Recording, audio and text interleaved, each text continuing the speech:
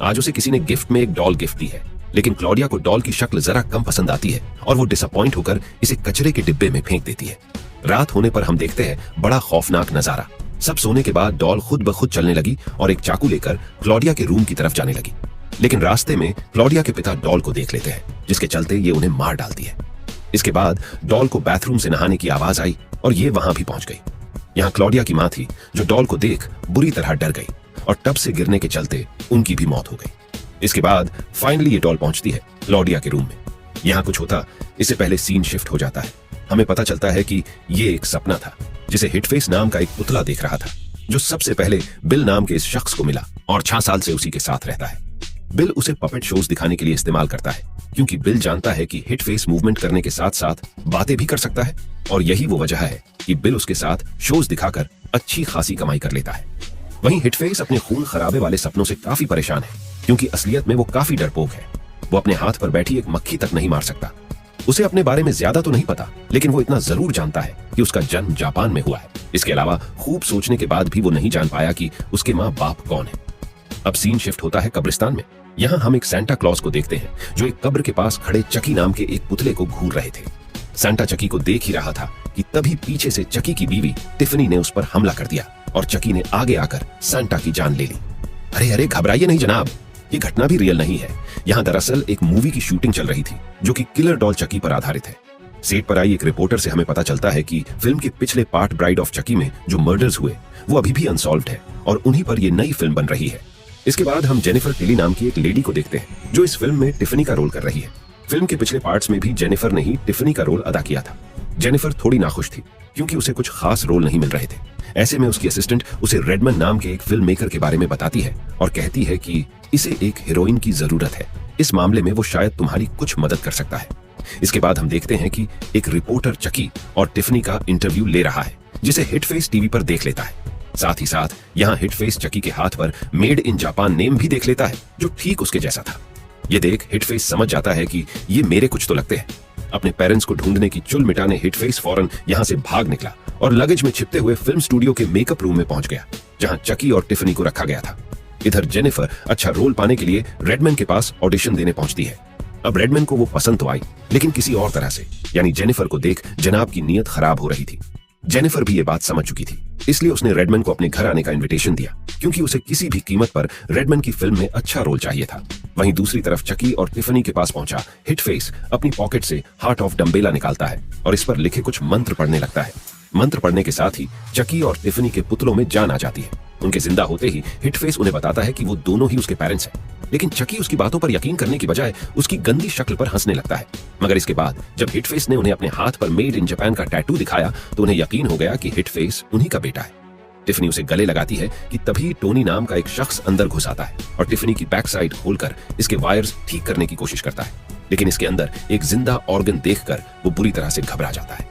Tony आगे कुछ और करता, इससे पहले चकी ने उसके गले में से एक वायर लपेटा और टिफनी इसका दूसरा हिस्सा पकड़कर उसकी गर्दन धड़ से अलग कर दी।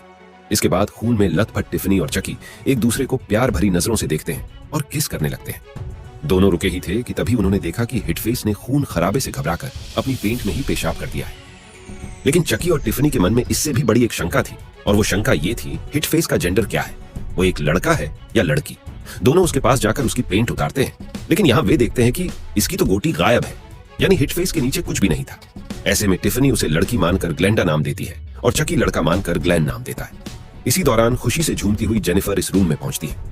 यहाँ आकर जेनिफर ने चकी की पॉकेट से एक चॉकलेट चोरी की और टोनी के कटे हुए सर को पुतला समझकर इस पर किस कर देती है। लेकिन गर्दन से निकल रहे खून को देख उसे सच्चाई समझ आती है और वो बुरी तरह घबरा जाती है। कई रिपोर्टर्स ने तो जेनिफर पर ही हत्या के आरोप लगा डाले, लेकिन जेनिफर सबको इग्नोर करते हुए अपने ड्राइवर स्टैन के साथ गाड़ी में बैठकर रवाना हो गई। बता दें कि इस माहौलबाजी के बीच चकी, टिफनी और हिटफेस भी चुपके से जेनिफर की गाड़ी में बैठ गए थे। रास्ते में तीनों पुतले एक प्लान बनाते हुए कहते हैं कि हम जेनिफर के शरीर में टिफनी की आत्मा डालेंगे, रेडमैन के शरीर में चकी की आत्मा और हिटफेस की आत्मा डालने के लिए एक सरोगेट मदर ढूंढ लेंगे। घर पहुंचने के बाद तीनों जेनिफर के बेसमेंट में अपना अड्डा सेट करते हैं, जहां हिटफेस अपने पेरेंट्स से कहता है कि आप लोग ये खून खराबा क्यों करते हो, ये सब छोड़ क्यों नहीं देते। इस पर टिफनी तो उसे जल्द ही सुधरने का वादा करती है, लेकिन चकी भाई की तो रग रग में वायलेंस बसती है। इधर टिफनी और चकी हिटफेस की आत्मा के लिए बच्चा तैयार करने की तैयारी करने में जुट जाते हैं। टिफनी चकी को सीमन भरने के लिए एक डब्बी देती है। इस काम में टिफनी चकी की मदद भी करती है। आगे हम देखते हैं कि पीटर्स नाम का एक फोटोग्राफर घर के बाहर खड़ा जेनिफर और रेडमैन की आपत्तिजनक हालत में फोटोज क्लिक कर रहा है। इसी बीच उसे चकी भी दिखाई देता है, जिस पर उसे लगता है कि कोई बौना भी जेनिफर और रेडमैन को देखकर मस्ती कर रहा है। घर में अंदर जेनिफर और रेडमैन का रोमांस जारी था कि तभी टिफनी उनके पास आई और रेडमैन के सर में मारकर उसे बेहोश कर देती है। इसके बाद चकी भी यहाँ पहुंच जाता है। ये देख जेनिफर भागने लगी, लेकिन जाने से पहले टिफनी उसे भी सर पर मारकर बेहोश कर देती है। अब ये दोनों जेनिफर और रेडमैन को बेड पर लिटा देते हैं और टिफनी जेनिफर में चकी का सीमन इंजेक्ट कर देती है। इधर घर में हम देखते हैं कि सुबह जेनिफर और रेडमैन की नींद खुल चुकी है, जिन्हें कुछ भी याद नहीं था कि लास्ट नाइट क्या हुआ था, लेकिन जेनिफर को इतना याद है कि रात में कोई एंजल आया था। दूसरी तरफ टिफनी अपनी आदतें सुधारने के लिए बुक्स पढ़ते समय अपने एक विक्टिम की बीवी को कॉल करके उससे माफी मांगती है। रात होने पर हम देखते हैं कि खाना खाते समय जेनिफर रेडमैन से बताती है कि वो प्रेग्नेंट है, लेकिन ये सुनकर रेडमैन गुस्सा हो जाता है और कहता है कि ये बच्चा मेरा हो ही नहीं सकता, मैं तो काफी समय पहले नसबंदी करवा चुका हूँ। इसके बाद गुस्साए रेडमैन ने जेनिफर को रोल देने से भी मना कर दिया। अब पास में छिपी हुई टिफनी को यह सब सुनकर अच्छा नहीं लगता, क्योंकि जेनिफर के पेट में चकी और उसका बच्चा पल रहा था। ऐसे में वो एक एडिक्शन रिलीफ हेल्पलाइन पर कॉल लगाती है, जिन्होंने बताया कि अगर आप किसी चीज को छोड़ना चाहते हैं और इस दौरान कुछ ज्यादा ही चुल मच जाए तो एक बार आप उस चीज को कर सकते हैं। बस टिफनी मैम को यही तो सुनना था। इसके बाद टिफनी जेनिफर के उठने का वेट करती है और रेडमैन के अकेला होते ही टेबल के नीचे से उसको मार डालती है, लेकिन तभी ग्लेन यहाँ आ जाता है और ये सब देख लेता है। टिफनी उसे चकी को ये सब न बताने की रिक्वेस्ट करती है। रात को टिफनी चकी से बताती है कि जेनिफर की प्रेगनेंसी स्पेशल है, जिसके चलते उसका जो बच्चा है वो जल्द ही जन्म ले लेगा। अगली सुबह हम देखते हैं कि जेनिफर का पेट एक ही रात में काफी आगे बढ़ चुका है और जब जेनिफर ने यह नजारा कांच में देखा तो वो बुरी तरह डर गई। वो सीधे फोन की तरफ भागी और अपनी असिस्टेंट से बात करने लगी। इस दौरान टिफनी भी फोन पर थी और जेनिफर की ही आवाज में बात कर रही थी। ऐसे में असिस्टेंट कंफ्यूज हो जाती है और चकी असली जेनिफर को पकड़कर बेड से बांध देता है। यहाँ वो जेनिफर के मुंह में रुमाल ठूंस देता है, लेकिन इसी बीच उसकी जेब से पीटर्स के घर खींची हुई वो फोटो जमीन पर गिर जाती है। अब फोटो देखकर टिफनी उस पर काफी गुस्सा हो जाती है, क्योंकि उन्होंने खून खराबा न करने का वादा किया था। लड़ाई में दोनों ग्लेन के जेंडर पर भी बहस शुरू कर देते हैं। इसी बीच ग्लेन यहाँ आता है और बताता है कि मुझे कभी लड़के जैसा फील होता है तो कभी लड़की जैसा। ये सुनकर चकी का खून खौल जाता है। ऐसे में टिफनी जेनिफर की मीठी आवाज में स्टैन से बात करती है और उसे घर बुलाती है। बेचारा स्टैन प्यार पाने की आस में यहाँ पहुंच तो गया, लेकिन घर आते ही पुतलों ने उसे भी बेड से बांध दिया। अब चकी और टिफनी आत्मा ट्रांसफर करने की तैयारी कर ही रहे थे कि तभी यहाँ जेनिफर की असिस्टेंट पहुंच जाती है। चकी उस पर हमला करने ही वाला था कि तभी टिफनी उस पर आग स्प्रे करके उसे मार डालती है। इसके बाद टिफनी रोने लग जाती है, क्योंकि उसे एक और हत्या के लिए काफी गिल्ट फील हो रहा था। ये देख चकी ने एक कबर्ड खोला और कहा कि नर्वस मत हो मेरी जान, तुम अकेली नहीं हो, मैं भी 3 लोगों की जान ले चुका हूँ। लेकिन पास जाने पर चकी को पता चलता है कि ये टिफनी नहीं बल्कि उसका बेटा ग्लेन है, जो अब लड़की यानी ग्लेंडा बन चुका है। ग्लेंडा कुछ ज्यादा ही नखरे दिखा रही थी, इसलिए उसकी माँ यानी टिफनी ने उसे एक जोरदार थप्पड़ मारकर शांत करवाया। इसके बाद जेनिफर एक लड़के और एक लड़की को जन्म देती है। बच्चा पैदा होते ही चकी आत्मा डालने की प्रोसेस शुरू करता है, लेकिन तभी टिफनी उसे बीच में रोक देती है और कहती है कि हमारे बच्चे ने अभी तक डिसाइड नहीं किया है कि वो लड़के के शरीर में जाएगा या लड़की में। अब चकी कहता है कि इंसानों का शरीर हमेशा जिंदा नहीं रहने वाला, इसलिए मुझे किसी नश्वर इंसान की तरह नहीं बनना है। अब मैंने फैसला बदल लिया है और मैं एक डॉल बनकर ही रहूंगा। लेकिन टिफनी को अभी भी एक इंसानी शरीर चाहिए था, इसीलिए वो चकी से लड़ाई करके ब्रेकअप कर लेती है। इस पर चकी भड़क गया और टिफनी को मारने के लिए उस पर चाकू फेंक देता है, लेकिन स्टैन ने टिफनी को बचाने के लिए खुद को बीच में दे दिया और अपनी जान दे दी। फिर टिफनी ने चकी को चाकू मारकर घायल कर दिया और पुलिस कमरे में घुस आई। यहाँ पुलिस जेनिफर और उसके पास पड़ी ढेर सारी बॉडीज देखती है। पुलिस तुरंत जेनिफर को हॉस्पिटल लेकर जाती है, जहां उसे बताया जाता है कि उसके ऊपर कोई मर्डर केस नहीं लगाया गया है। साथ ही साथ पुलिस उसे बताती है कि तुम्हारी मेंटल हेल्थ ठीक नहीं है, इसलिए अभी तुम्हारे बच्चे तुम्हें नहीं दिए जाएंगे।